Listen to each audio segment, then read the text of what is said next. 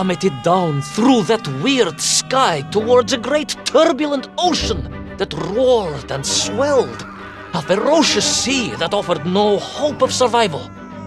I thought of home and wept, unaware that in an instant my fortunes would be changed by an event so bizarre I almost hesitate to tell you. And it happened like this.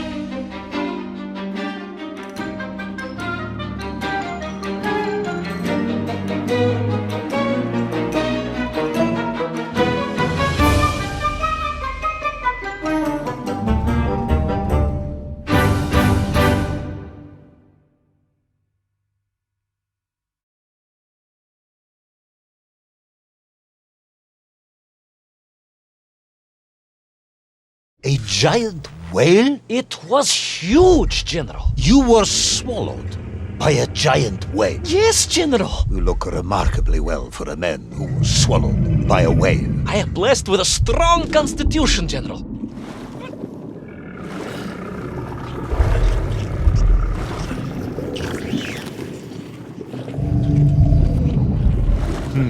And I assume you are now going to tell me how you managed to escape from the belly of this giant whale. Naturally, General. And I must say, it really was a fascinating glimpse into the interior life of one of our world's most magnificent beasts. I consider myself a wiser man after this experience.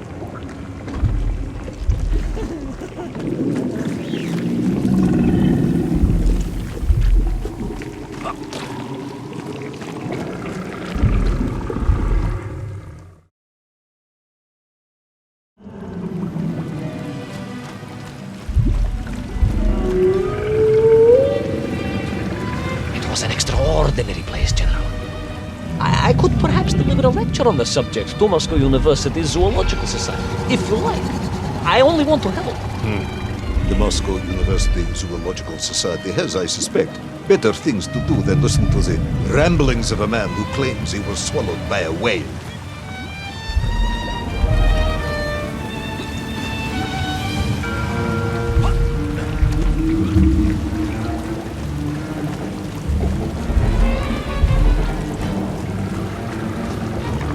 It is a shame, General. People can be so closed-minded. I, on the other hand, have little choice but to hear you out. For your own sake, Ivan Ivanovich, I must urge you to be brief. Absolutely, General. I will tell you directly of my miraculous escape from the belly of the whale. You simply won't believe what happened next. That is becoming a dangerously overused phrase, comrade.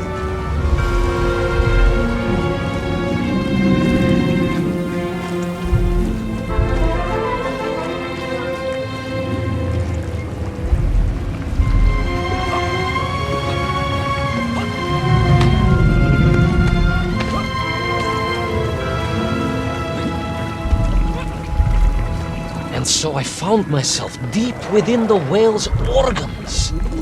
A strangely beautiful place. A sort of fleshy wonderland.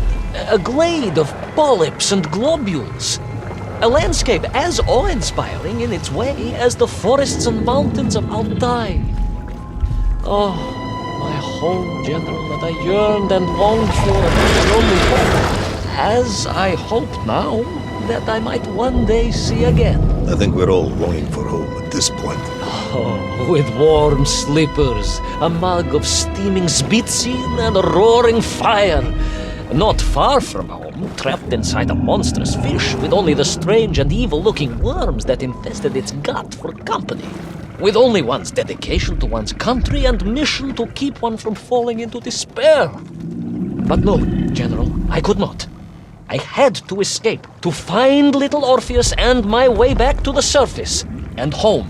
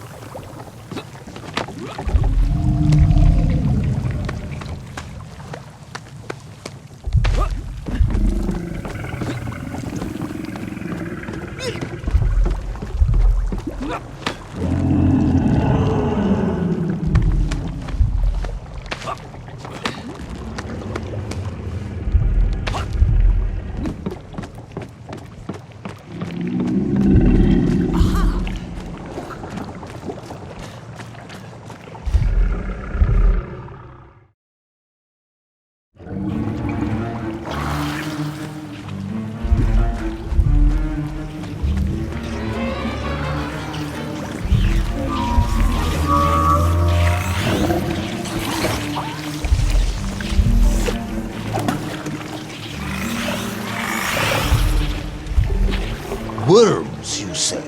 Living inside the whale? Oh, they were horrid things, those worms, General. And most unwelcome, I would say. Parasites. But I had no idea just how rampant their infestation was, nor of the tremendous sizes they could grow to. At that point, my thoughts were only of escape.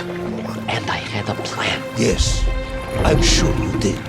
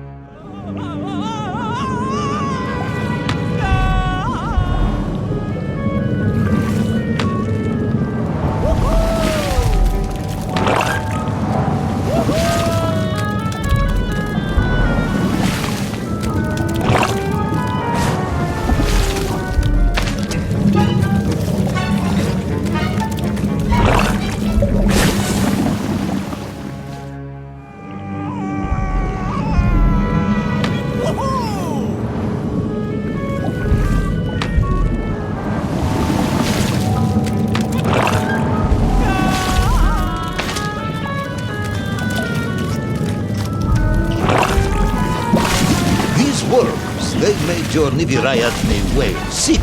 Wherever they attached themselves, the flesh began to turn gray and die. It was a truly distressing sight. And I resolved myself to assist the...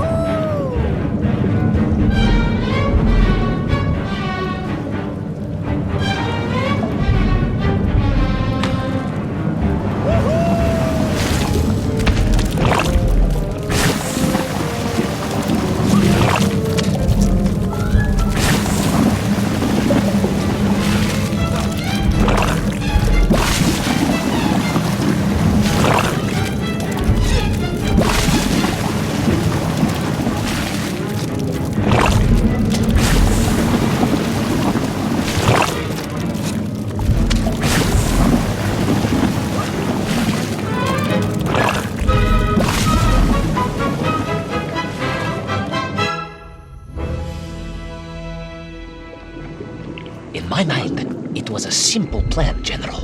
I would climb up through the whale's throat into its mouth, then wait until it opened it to feed and swim out. Ah, yes.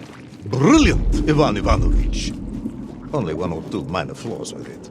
For example, did it not occur to you that the whale will likely be deep underwater when it ate? Вы правы, General, but I am a strong swimmer. As a child, my parents would take us to holiday near Irkutsk, where we took constitutionals in the waters of Lake Baikal. In fact, my mother often called me her маленький морской котик.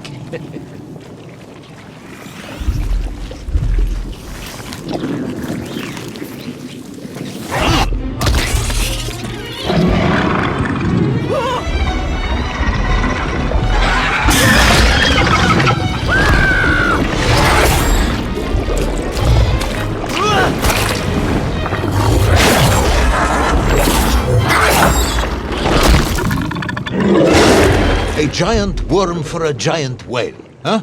At the risk of repeating myself, it was huge, General. The Moscow University Zoological Society may be interested after all.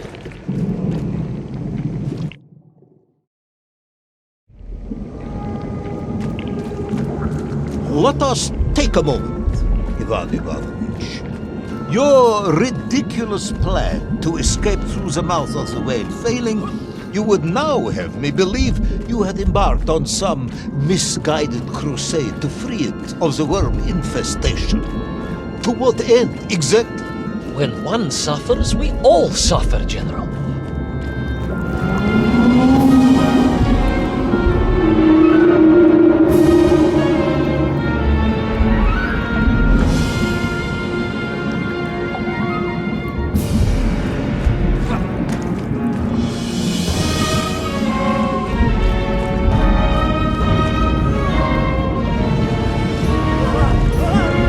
Your ideological commitment is admirable, comrade, but... I concluded that if I could find the root of the infestation and neutralize it, the whale could mount a spirited counterattack against the worms.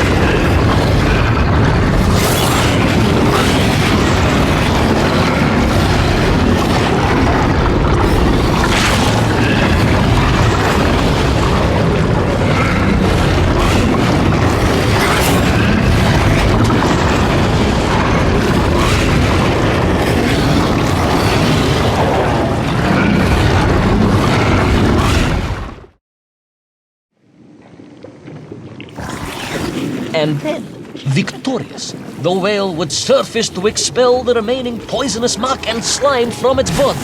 And at that point, I could escape through the nearest convenient orifice. In this case, most likely the blowhole. That is the most revolting thing I've ever heard. General, we are Russians. We have withstood the sheer force of nature and history and emerged triumphant.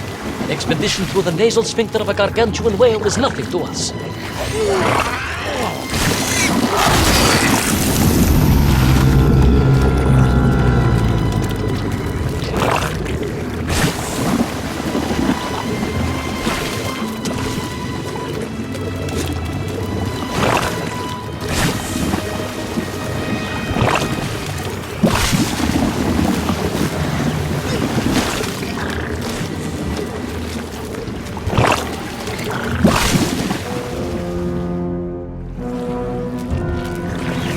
And then, victorious, the whale would surface to expel the remaining poisonous muck and slime from its body. And at that point, I could escape through the nearest convenient orifice. In this case, most likely the blowhole. That is the most revolting thing I've ever heard. General, we are Russians. We have withstood the sheer force of nature and history and emerged triumphant. An expedition through the nasal sphincter of a gargantuan whale is nothing to us.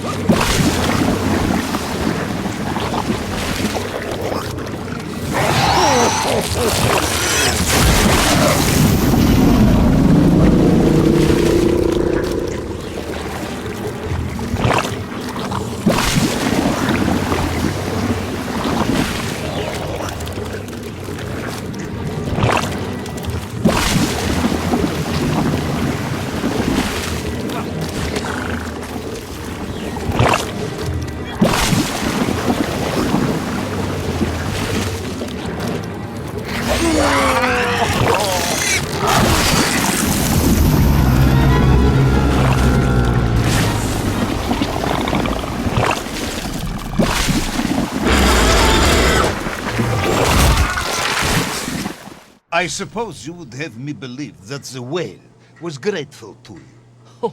Well, General, that would be presumptuous. I doubt it was even aware of my presence. But I had more immediate problems. For if the whale might have been relieved by my actions, the worms were enraged. Worms do... Furious. Worms Incandescent. do not feel... Violently indignant. emotions. Demented, General. Deranged. Enough!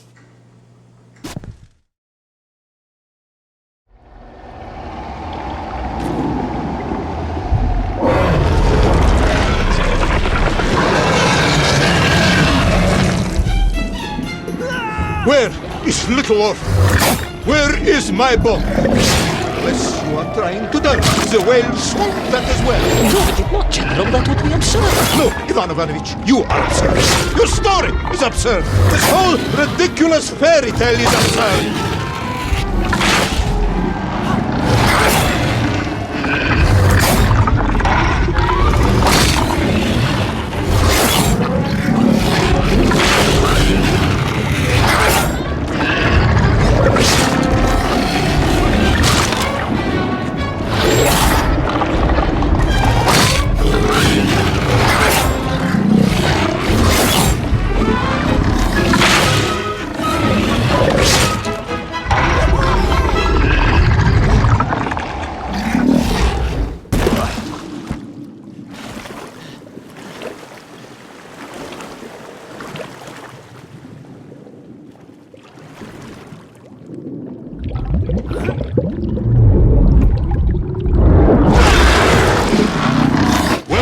Brave yet foolhardy hero escape the furious worm?